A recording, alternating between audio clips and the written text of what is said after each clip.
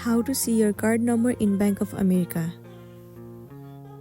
The very first thing you want to do is to head over to any of the web browser.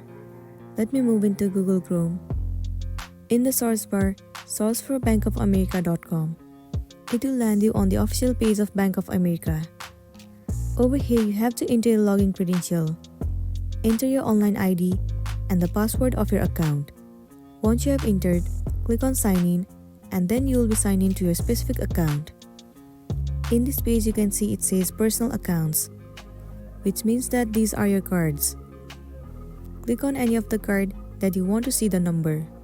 Let me click on Bank of America Travel Reward Visa Signature. Now click on Information and Services. Inside Account Details, you can see it says Account Number. Click on Show, and there you go, your card number is visible to you. Likewise, you can head over to any of the card and see the number of it. So that's it, and this is simply how you can see the card number on your Bank of America. I really hope this video is going to be helpful for you. If it does, please make sure to like and subscribe to our channel. And thank you for watching it till the end.